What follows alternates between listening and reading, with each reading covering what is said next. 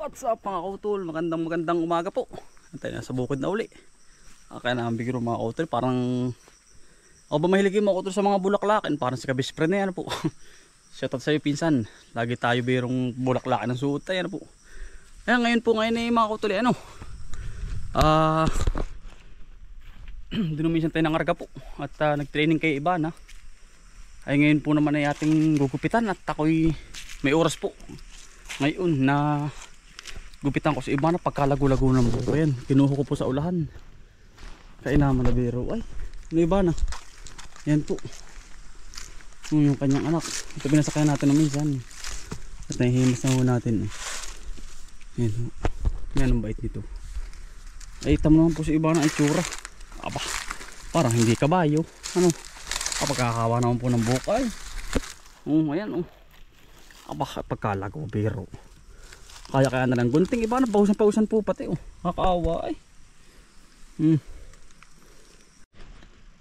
Ating pangukupitan. Na ayan, kakaawa. Ang kapal Bah, ano iba na? Yan. Gugupitan kita pagkakapal ka ng buhok mo. Parang hindi ka para pong lalaki ang style.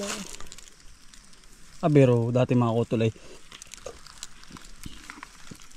maikwento ko lang ay talagang yung kabayo namin ay pagkaganda-ganda at aba ay laging gupait. Yung anak, ibang-ibang kulay ng anak ay itim, pula, yun kastanyo, dali. Mabait ho yan. Na mga kautol si Ivana. At ano pa pa rin. Ayaw tumalam ng gunting ay. Yan ang kapal. Tamang pong buhok ko.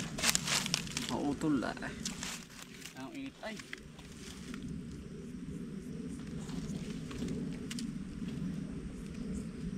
Parang lalaki. Dati pero mga kautol ay yung kabay namin pagandahan dati. At dati wala pang habal-habal mga kautol.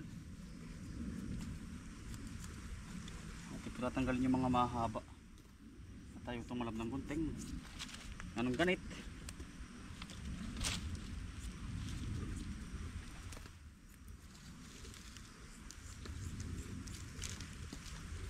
Yan ang ganit ho.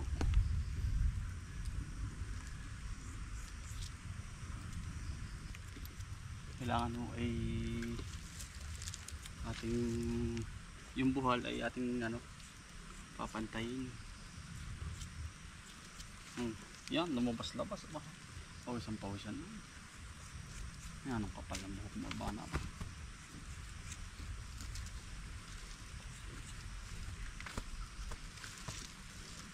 Hindi ka na makikilala ng iyong mga pansay. Pag makapal. Yan, kampo. Yan, ang kapal.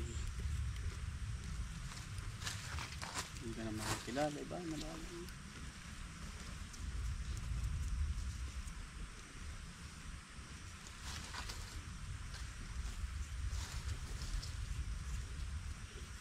Ayaw tumalab ng gunting mga kautol, sakit sa kamay, tama naman po. Nawa kong buhok, kapal.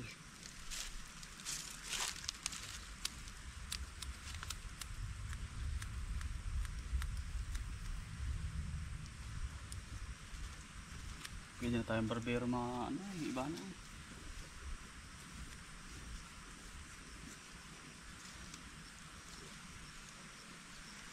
Yung baho pati kapag nakukuom.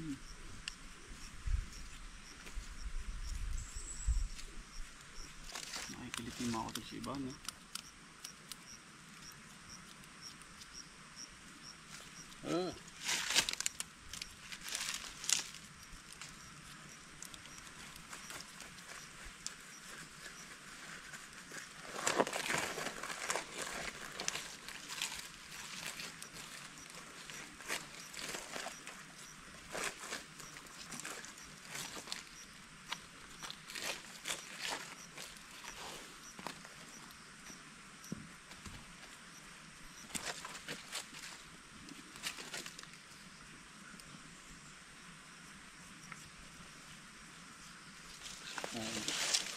Likot yung bisiro.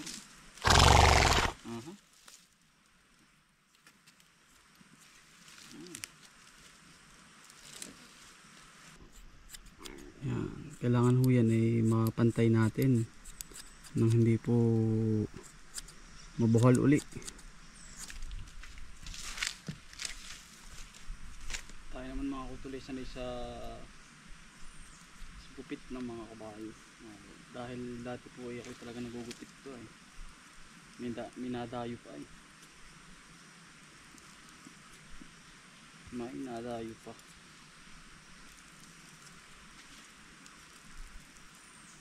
Para lang magupitan ng kanilang kabayo. Kailangan po, kailangan na matalas ang iyong gunting. Hindi ko dala yung gunting kung matalas.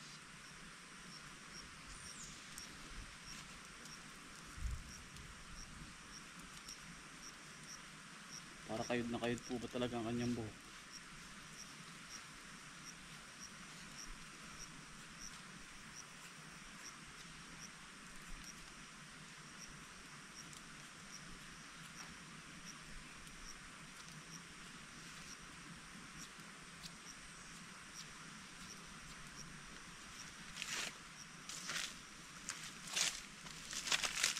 Pantay-pantay naman ako doon.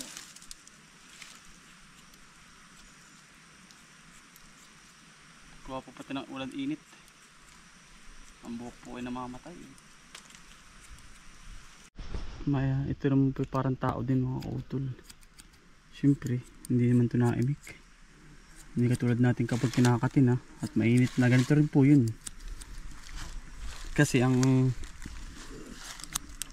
kabayo, hayop ay parang tao din yan. Kapag sinasaktan mo, hindi lang naimik yan eh.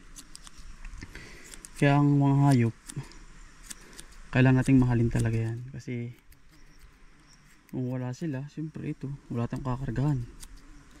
Kaya mas lalo nating alagaan sila lalo na husto. Ang katulad ito, gupitan natin para mas maginhawa, sabay ligo, di ba? Ano po mga utol? Hindi na sila kakatayin, nakatayo na, hindi katulad kanina na po. Talagang aba. Yan yan pong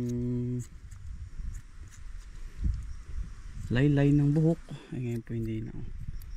Ang dami po nating kapantay na natin ng gusto. Wala nang ano rin, kakati-kati. Talagang gustong quality na.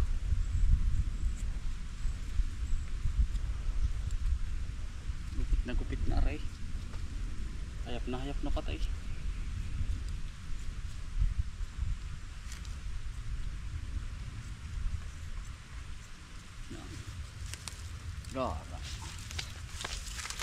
Gara mga utol. Panit na. Nagupit natin itong bisiro mga utol. Sobrang bait na yung bisiro. Kasi kailangan mga utol, lagi mong ihimasin nga po, sinabi ko po, para maging maamo ang hayop. Kasi yung ganitong edad, hindi mo karakaraka ito hindi mo karakaraka maihipo.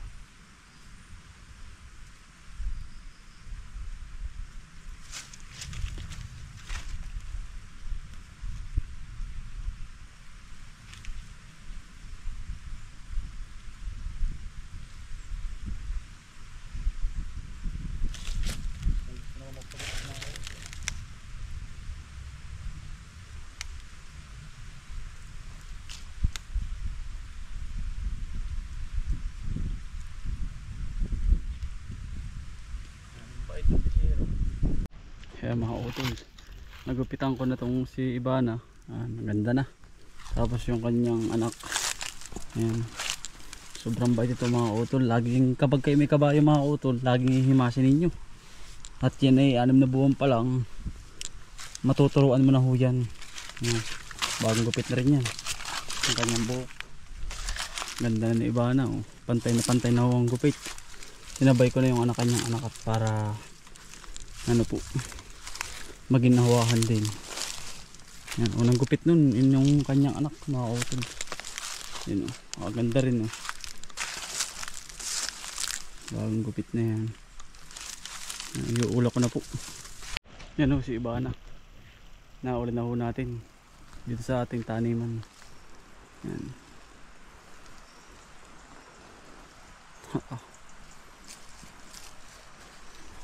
Diyan ho maglalagay yan. Yan yung dalawang yan. Safety na yan dyan mga utol. At ay ano po, katapos lang maggupit kay Ibana saka yung kanyang anak. Kaya naman biro mga utol ang kapalang buhok eh. Tayo kukuha ng suha. Ang daming suha din eh. Ang sarap para ng mga utol eh. Dessert mo po ano. Malaga pong the best. Ito yun na rin mga utol ah. Pinag-spray natin. Tama naman po ang suha din ng mga kautol. Yan. Kukunin mo lang. Yan po. Ito po ipakadaming prutas mga kautol. Kaya sabi ko nga po sa inyo, pumunta ko kayo din. Ay pagbalik po ninyo ay may labuyo. Talagang pagpunta ko nyo din talagang may bit-bit ho kayo pa uwi. Yan ho din oh. Talaga pong dabis sa dabis.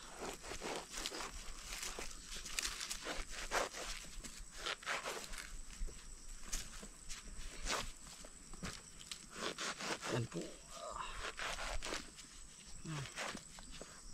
Pautol oh.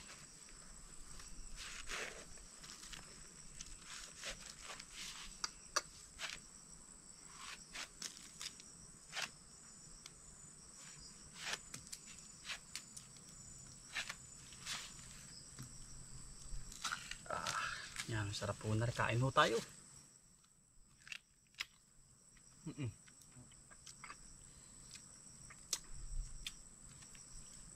Samantalang sa palengke rin mga kautol pagka mahal-mahal eh.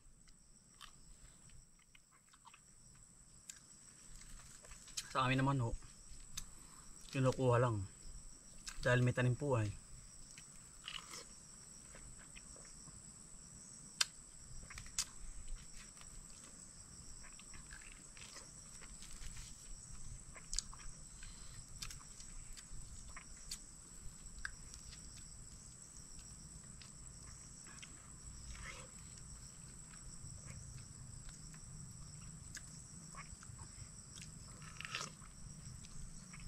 Kain po mga kautol.